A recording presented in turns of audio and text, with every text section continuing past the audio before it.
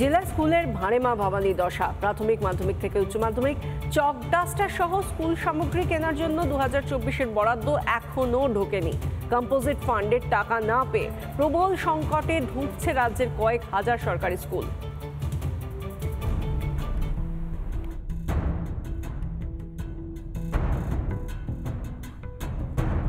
টাকা নেই রাজ্যের সরকারি স্কুলগুলিতে। প্রাথমিক থেকে উচ্চ মাধ্যমিক মিলছে না স্কুল চালানোর জন্য বরাদ্দ টাকা। নভেম্বর মাসের প্রায় অর্ধেক হতে চলেছে, কিন্তু এখনো পর্যন্ত এই কম্পোজিট ফান্ডের টাকা বিদ্যালয়গুলো পাচ্ছে না। সঠিক সময় ফান্ড না পাওয়ায় পড়াও বন্ধ, খেলাও বন্ধ বীরভূমের প্রাথমিক স্কুলে।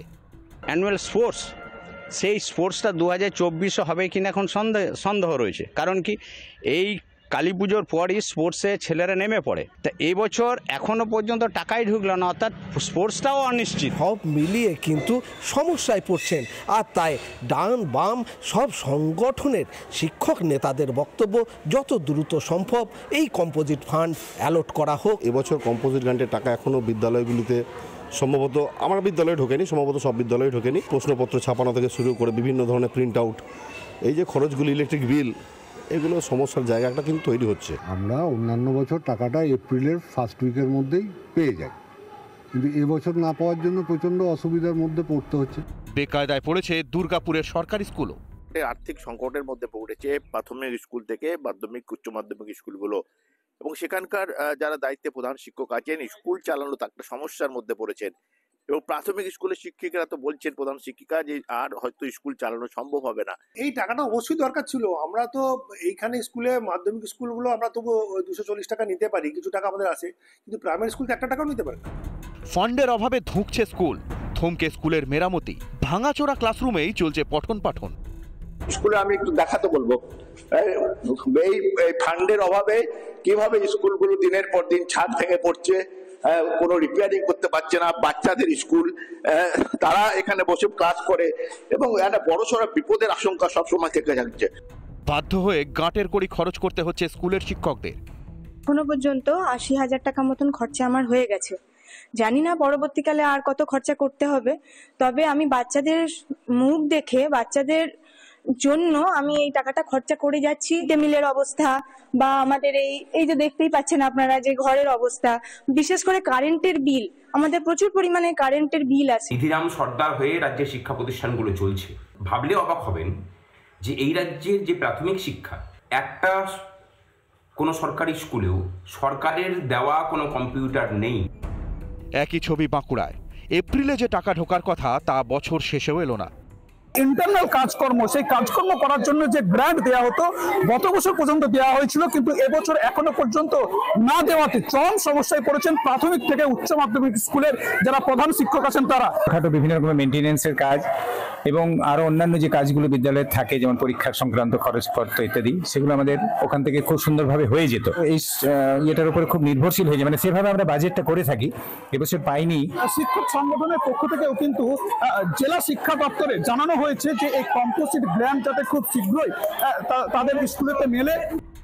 চুরি দুর্নীতি তো ছিলই, গোদের ওপর বিস্ফোরা শূন্য ভাড়া। এ রাজ্যে আদৌ বাঁচবে সরকারি স্কুল? মনোরঞ্জন চ্যাটার্জি, রমেন মজুমদার, মৃন্ময় পানের রিপোর্ট, রিপাবলিক বাংলা। যে খবরের দিকে নজর রাখতে হচ্ছে, লটারি কাণ্ডে শহরে ইডির হানা, আর্থিক তৎসবের অভিযোগে ইডির তল্লাশি। রাসবিহারীর প্রিন্স গোলাম মোহাম্মদ রোডে ইডির হানা, আর্থিক তৎসবের অভিযোগে ইডির তল্লাশি। রাসবিহারী প্রিন্স গোলাম মোহাম্মদ রোডে ইডির তল্লাশি। মূলত লটারি কাণ্ডে ইডির এই তল্লাশি অভিযান বলে সূত্রের খবর। লটারি কাণ্ডে শহরে ইডির হানা, আর্থিক তৎসবের অভিযোগে ইডির তল্লাশি চলছে। তল্লাশি রাসবিহারীর প্রিন্স গোলাম মোহাম্মদ রোডে। রাসবিহারীর প্রিন্স গোলাম মোহাম্মদ রোডের ওপর একটি কোম্পানিতে ইডির তল্লাশি। লটারি কাণ্ডে শহরে ইডির এই তল্লাশি। গতকালের সেই ছবি এই মুহূর্তে আপনারা দেখতে পাচ্ছেন। কেন্দ্রীয় বাহিনী জওয়ানদের সঙ্গে নিয়ে ইডির তদন্তকারী আধিকারিকরা পৌঁছে যান রাসবিহারীর প্রিন্স গোলাম মোহাম্মদ রোডের ওই অফিসে, এবং সেই অফিসে তল্লাশি ইডির তদন্তকারী আধিকারিকদের। লটারি কাণ্ডে আর্থিক তৎসব, মূলত এই অভিযোগে এই মুহূর্তে চলছে তল্লাশি। আমাদের প্রতিনিধি প্রিয়াঙ্কা এই মুহূর্তে আমাদের সঙ্গে রয়েছে, সরাসরি প্রিয়াঙ্কার কাছ থেকে জানতে চাইবো। প্রিয়াঙ্কা, কি আপডেট পাওয়া যাচ্ছে? এখনো কি তল্লাশি অভিযান চলছে?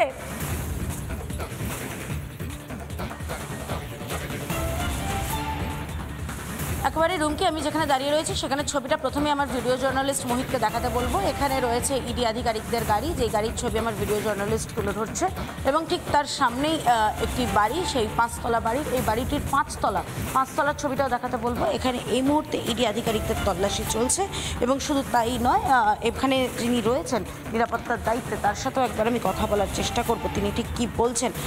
দাদা, ওপরে কি এখনো আধিকারিকরা রয়েছেন? হ্যাঁ, কালকে সকালে এসেছেন? আমি তো সকালে, আমি রাত্রে ডিউটি, আমি সকালে এসেছি, আমি বলতে পারি না। ওপরে যিনি থাকেন সাহেব, উনি আছেন? আছে তো, উনি এখন রয়েছেন। তার মানে কাল রাত থেকে এখন অবধি ওনার ভেতরে যারা অফিসাররা এসেছিলেন তারা আছেন।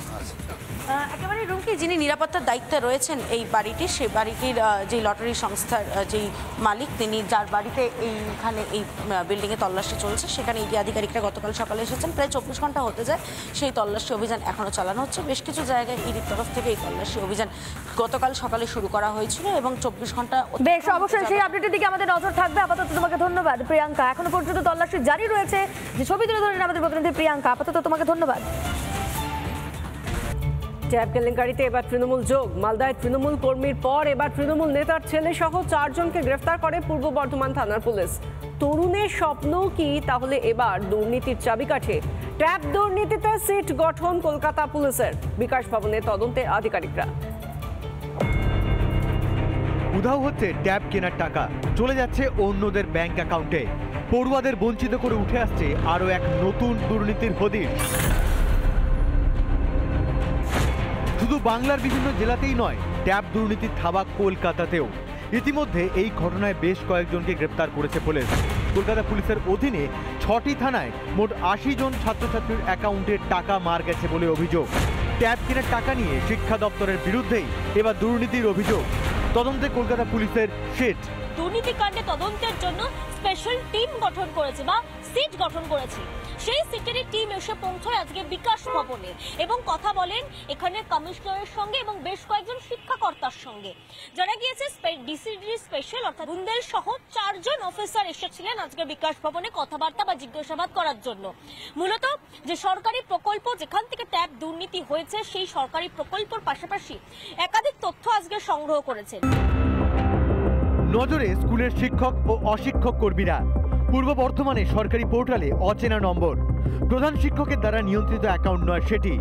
মালদহে মিলেছে দুর্নীতির র্যাকেটের খোঁজ। সরকারি পোর্টালে জল করছে ভুয়ো নম্বর। উঠে আসছে অভিযুক্ত রকি শেখের নাম। কোথায় চুরি হচ্ছে না বলুন? মাইনরিটি স্কলারশিপের টাকা সিবিআই হচ্ছে। উত্তর দিনাজপুরে একাধিক এফআইআর হয়েছে। ট্যাবে আপনি পেয়েছেন। রূপশ্রীতে কার্ড ছাপিয়ে টাকা নিয়ে চলে যাচ্ছে। মরেনি সমবাতির টাকা নিয়ে চলে যাচ্ছে। একটা স্কিম পাবেন না যেখানে এই রাজ্যে দুর্নীতি এবং চিটিংবাজি হচ্ছে না, আর অফিসাররা এর সঙ্গে যুক্ত। মালদায় তৃণমূল কর্মীর পর এবার তৃণমূল নেতার ছেলে সহ 4 জনকে গ্রেপ্তার করে পূর্ব বর্ধমান থানার পুলিশ। প্রত্যেক রাজনৈতিক দলে ভালো মানুষ আছে, খারাপ মানুষ আছে, এমন কথা নেই যে যত লোক আছে সিপিএমে তারা সব সৎ, যত লোক আছে বিজেপিতে তারা সব সৎ, একেবারে নির্ভেজাল সৎ, এমন কথা কোনো রাজনৈতিক দল দাঁড়িয়ে বলতে পারবে না। আমাদের বড় দল, সেই বড় দলে 2-4 জন দুর্নীতিগ্রস্ত বেরোতেই পারে।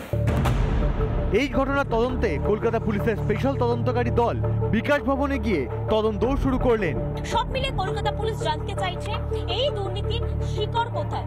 একই সঙ্গে প্রশ্ন উঠছে যে 6 জন গ্রেপ্তার হয়েছে, সেই 6 জনই কি এই ট্যাব দুর্নীতি চাই নাকি আরো বড় মাথা রয়েছে যারা সামনে আসা বাকি রয়েছে, সেই প্রশ্ন এই মুহূর্তে ঘোরাফেরা করছে। ক্যামেরায় সঞ্জয় নাইয়ার সঙ্গে পিঙ্কি অধিকারী, রিপাবলিক বাংলা।